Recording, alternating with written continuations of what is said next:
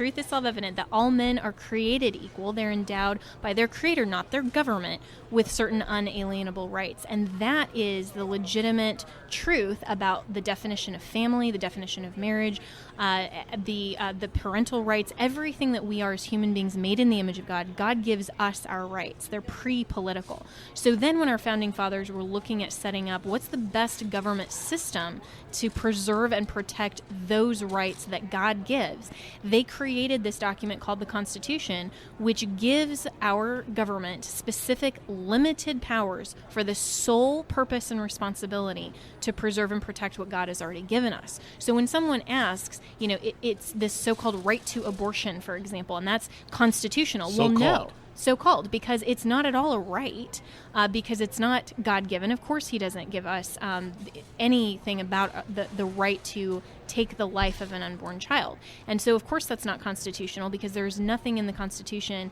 and that Declaration Worldview Statement that would give the government legitimate authority to take to codify or to make law around abortion.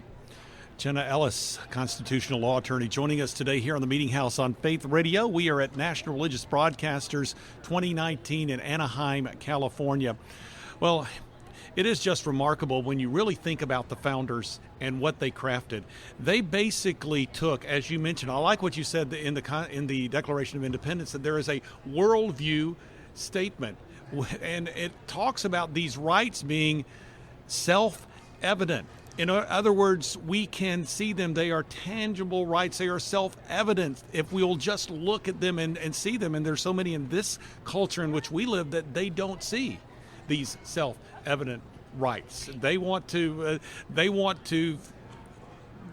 go after a more progressive, enlightened point of view that really ignores these self-evident rights. Absolutely. And what they're doing is they want to give government the power to arbitrarily decide moral truth based on man's whim. And so the example that I give in my book is that, if Congress tomorrow said, what would be great for the state of Alabama? Let's repeal the law of gravity.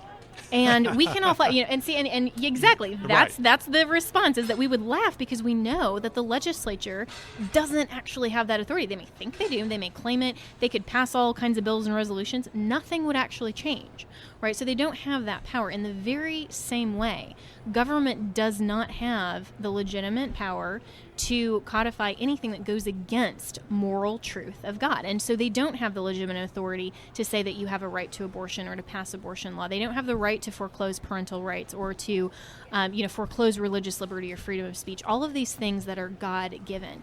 And so when we're talking about the context of why we are so privileged to live in America and why this American experiment was so unique throughout the course of human history, it's because we were the first government system that was built on that truth, rather than the government defining what can you do, let me tell you what to do. The secular humanist foundation would say that man decides for himself the difference between right and wrong, good and evil. But we know that definition has to come from something outside man if it remains objective, if it remains consistent. And so that has to come from something outside of God, of man, which of course is God. Yeah. And that's what our founders recognized. And it's just amazing when you think back about these men who made this decision, who crafted this system of government, I believe under the inspiration of the Holy Spirit, an experiment in democracy that has survived hundreds of years, that had never been put into practice before. When you think about that, it is truly amazing and remarkable. It is. And, when we look at why America as a society has been so just uniquely blessed and how much we are a Christian nation. What does that mean? That doesn't mean that we force other people to believe in God. I mean, God himself doesn't force us to believe in him. Right. We have that opportunity.